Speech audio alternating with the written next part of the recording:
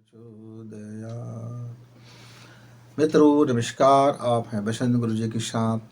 आइए आज की सफ़र में हमारा एक छोटा सा अल्प विराम लेते हैं, वह सोच का अल्प विराम लेते हैं। ज़रा देखते हैं कि हमारी ज़िंदगी में आखिर हमें वो मनचाहा सफलता क्यों नहीं मिलता, हम जो चाहते हैं उसे क्यों नहीं पाते हैं।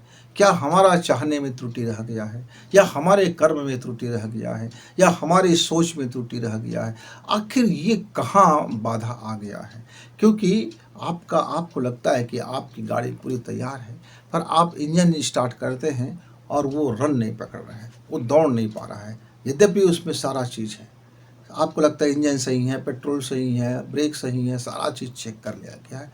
आखिर कौन सा ऐसा उसका तार है जो निकल गया है। मित्रों, वह बस ड्राइवर आधा घंटे तक लगातार वो चाबी डाल डाल करके लगातार कोशिश करता रहा। गाड़ी अब स्टार्ट नहीं हो रहा था। उसने बैटरी चेक किया, दोबारा चेक किया, सब कुछ किया, लेकिन उन्होंने एक चीज़ चेक नहीं किया। क्या चेक नहीं किया था? वे अर्थिंग को अपने हाथ में रखे थे, जिसको उसको पॉइंट में जोड़ना वो भूल गए थे। वो अपने हाथ में ही रखे थे, उसको जोड़ने के लिए रखे थे, लेकिन वो बातों बातों में वो उसका ध्यान हट गया और वो उसको अर्थिंग को जोड़ना भूल गए। और दूसरी बात क्या किया, वे थोड़ी सी उसका दृष्टिकोण कमज़ोर था, आँख कमज़ोर था, तो चश्मा को ढूंढ रहे थे। और वो पूरे की पूरी सब जगह छान मारा, और चश्मा कहाँ था? उसके कान के ऊपर में लटका हुआ था। चश्मा ऐसा लटका हुआ था। अब वो पूरी चश्मा ढूंढ रहे थे। तो अचानक मेरे उनसे हुआ, मैं भी बस बैठने के लिए गया, तो मैं बोला, ड्राइवर भाई आज आधा घंटा आपने लेट कर दिया बस को। अच्छा हुआ, नहीं तो मुझको तो ये बस नहीं मिलता, मुझको दूसरे में आना पड़ता। पर आप ढूंढ क्या रहे हो? बोले कि मैं क्या बताऊं, रात को मैं अपने चश्मा अपने साथ रखा था, सुबह भी मैंने अखबार पढ़ने के लिए चश्मा साथ रखा, लेकिन मेरा चश्मा कहाँ गुम गया, मैं बड़ा ढूंढ रहा हूँ। और यात्री भरा हुआ है पूरे बस में, किसी ने याद नहीं दिलाया कि आपका चश्मा तो आपके माथे के ऊपर है। तो मैंने हंस के कहा, जरा आप अपना दर्पण देख लीजिए, चेहरा देख लीजिए और कंघी वंघी कर लीजिए, हो सकता है आपका चश्मा कहीं वहीं छिपा होगा। दर्पण में देखते ही आपको चश्मा मिल जाएगा। और उसने आकर के मिरर से देखा कि उसकी चश्मा तो उसके माथे पर है। उसने जोरदार हंसी लगाया, बोले कि अरे यार, मेरा चश्मा मेरे माथे पर है। और जैसे उसने चश्मा लगाया, उसका दृष्टि दोष ठीक हुआ, तो उसको समझ में आ गया कि अरे, उसके ने तो जो अर्थिंग की जो तार था, जिसको वो जोड़ना चाह रहे थे पॉइंट पर, वह अर्थिंग के तार को हाथ में रखने के बाद वो वहीं छोड़ दिया था सीट के पास में। अब जैसे ही उसने उस तार के कनेक्शन को जोड़ा, सर्किट पूरा हुआ, और उसने बस चाबी को घुमाया और आपका बस स्टार्ट हो गया, और वो पूरा सब कुछ अच्छा था, और वो फिर दौड़ लगाने लगे। लंबी दूरी का बस था तो रफ्तार भी काफ़ी होता है, ब्रेक भी अच्छे रहते हैं, सारा चीज़ था। मित्रों, ये घटनाएं, ये फिजिकल घटनाएं थी, लेकिन आपके लाइफ में ये आपका मानसिक घटनाएं घटती है आपके साथ। ये फिजिकल घटनाएं से मैंने आपको उदाहरण दिया। ये लेकिन आप अपने जीवन में देखिए, आप सफलता क्यों नहीं प्राप्त करते? आप मनचाही वस्तु क्यों नहीं प्राप्त कर सकते? आप सुख क्यों नहीं प्राप्त कर सकते? आप समृद्धि क्यों प्राप्त नहीं कर सकते? आपका प्रेमी आपसे रूठ क्यों जाता है? आपका भाग्य आपसे रूठ क्यों जाता है? आपका सौभाग्य आपके हाथ आते आते छिटक क्यों जाता है? आपके घर में तरह तरह की कलह क्यों उत्पन्न हो जाती है? आप चाहते तो हो ये शानदार हो, पर वो मनवांछित नहीं हो पाता, वो चाहे कि चीज़ फलित नहीं होता।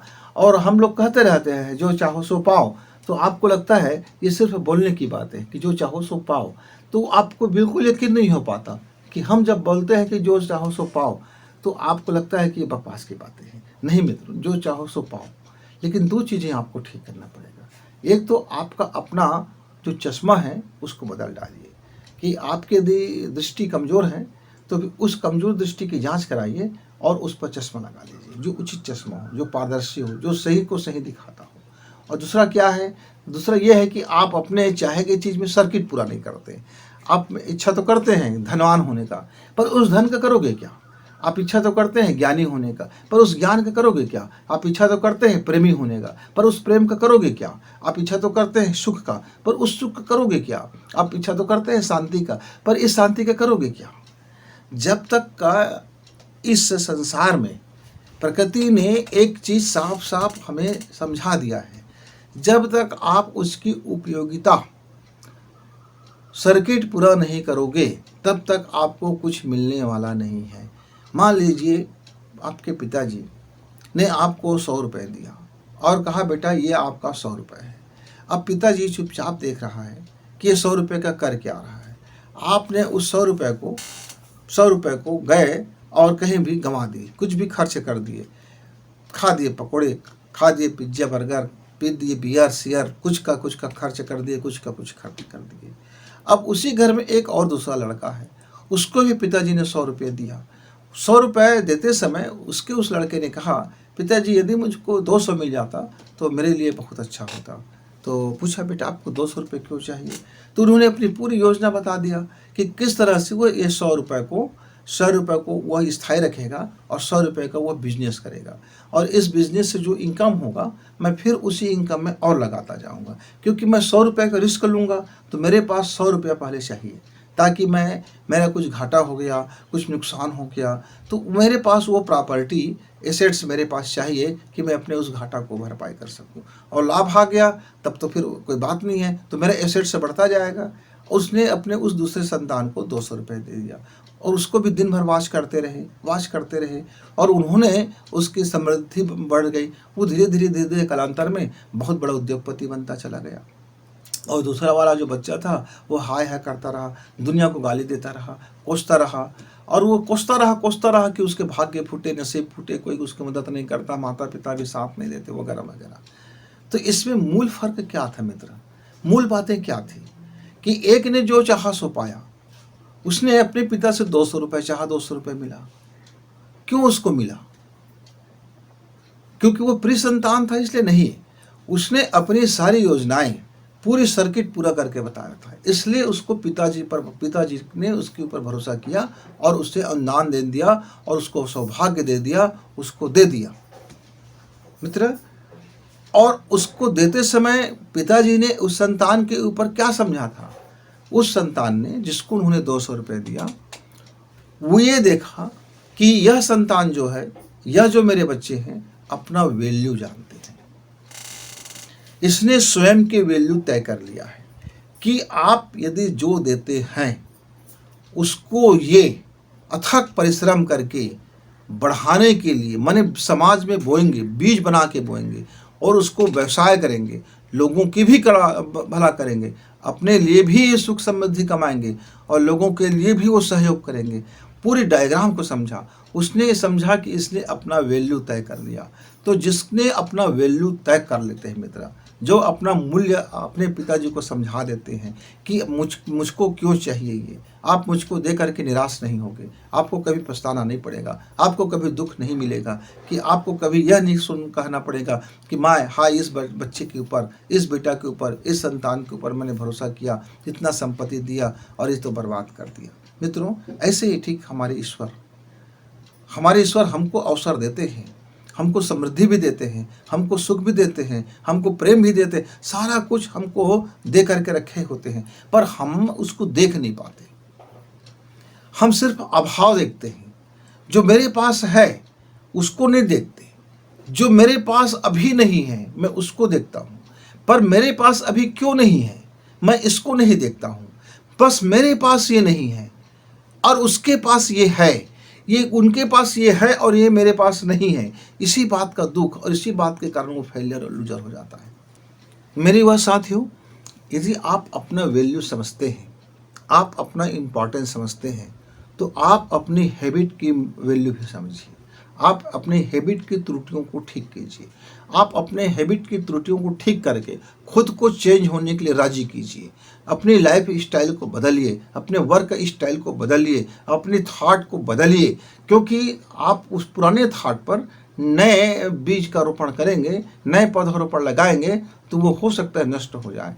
आप किसान को देखे होंगे, एक बार जो फसल ले लेता है तो फिर उसमें दोबारा फसल नहीं बोता। फिर क्या करता है वो दोबारा खेत की जुताई करता है, 2 बार 3 बार 4 बार, और खेत की मिट्टी को भुरभुरा कर देता है, उर्वरा शक्ति को ऊपर नीचे लेके आता है। ऐसे ही जब हम कोई प्लान करते हैं तो जीवन में जब नए चीज़ हम करना शुरू कर रहे हैं, हम पूरे की पूरी नए काम करना शुरू कर रहे हैं, तो अपने उसके अनुरूप हमारा विज़न हो, हमारा हैबिट्स हो, हमारे थाट हो, हमारे जीवन जीने का तरीका हो, हमको अपने को उसके अनुरूप चेंज करना होगा और उसके काबिल बनाना होगा।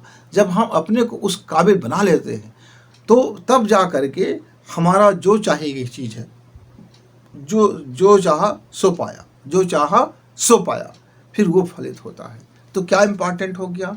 एक तो आपको अपनी त्रुटियां देखना, उस त्रुटियों को ठीक करने के लिए खुद को राजी करना, और राजी हो जाए तब नए नए हैबिट्स उस पर निरंतर नए हैबिट्स शुरू करना, अपनी आदतों को बदलना और नई आदतों को अपनाना, पुरानी आदतों को छोड़ना, नई आदतों को अपनाना, पुराने विजन को छोड़ना और नए विजन को अपनाना, ये सारे इम्पॉर्टेंट्स हैं। थॉट है, हैबिट्स है, आपका टाइम है, आप अपना समय का चयन करो, सही चयन सही समय पर जब कोई काम सही करेंगे तो आपका ज़्यादा बेनिफिट होगा। तो ये सब इम्पॉर्टेंस है, टाइम, हैबिट्स और हमारा वैल्यू, ये हमारे लिए बहुत इम्पॉर्टेंट होते हैं। अब आपको लंबी दौड़ लगाना है, खूब आपको गर्मी उत्पन्न होगा तो आप रात के समय जब दौड़ेंगे तो आपका इंजन कम गर्म होगा और ज़्यादा तेज़ी से कैसे दूरी को दूर कर सकते हो। लेकिन आपने यदि दोपहर का वक्त चुन लिया और भरी गर्मी में चुन लिया, मई जून का महीना है और दोपहर चिलचिलाती धूप है, आग बरसा रहा है, आग का गोला, और आप अपने बाइक को यदि 100 की स्पीड में दौड़ना चाहोगे तो आग लग जाएगी मित्र, तब तो फिर आग लग जाएगी। लेकिन आप यदि बर्फ़ का समय है, ठंडी का समय है, किड़किड़ाते ठंड है, चारों तरफ से ठंडी बहुत भयानक है, अब उस समय आप 100 की स्पीड में दौड़ा रहे हो तो आपकी बाइक तो कुछ नहीं होगा। तो आप परिस्थिति को भी समझें, अनुकूलता और प्रतिकूलता को भी समझें, आप टाइम के महत्व को समझें, आप परिस्थिति के महत्व को समझें और आपके अपने रास्ता के चयन को भी समझें। ये इम्पॉर्टेंट चीज़ें हैं, इनको समझ जाएंगे। जब इनको समझ जाएंगे, इनको सब कुछ समझने के बाद फिर आप अपना स्वयं का वैल्यू तय करें कि आप कीमती हो कि बेशकीमती हो कि किसी कीमत के नहीं हो। आप खुद अपना वैल्यू तय करें, तब दुनिया आपको, यह पूरा मार्केट है इस दुनिया में, तब वह मार्केट में आपका कोई कीमत होगा। जब आपके टैग लगा होगा कि आपकी वैल्यू इतना है, तब लोग आपकी उस वैल्यू को परखने की कोशिश करेंगे। यदि परखने पर उसको लगेगा कि आपने जो अपना मूल्य निर्धारण किया है वाकई में आप उतने मूल्यवान हो, तब फिर इस दुनिया में आपकी मांग बढ़ेगी और ये पूरा दुनिया आपके पीछे पीछे चलेगी। क्यों? क्योंकि आपने अपना मार्केट वैल्यू तय कर लिया है, आपने अपना ब्रांड बना लिया है, आपके ब्रांड का वैल्यू तय हो गया है। मित्रों, यह पूरी दुनिया में आज तक जितने भी अरबपति हुए हैं, सब ने अपना वैल्यू तय किया और अपने ब्रांड का वैल्यू फिर उससे तय हुआ, और जब उसके वैल्यू से ब्रांड का वैल्यू तय हुआ और एक बार ब्रांड का वैल्यू तय हो जाता है तो फिर उस आदमी का भी वैल्यू फिर बदल जाता है।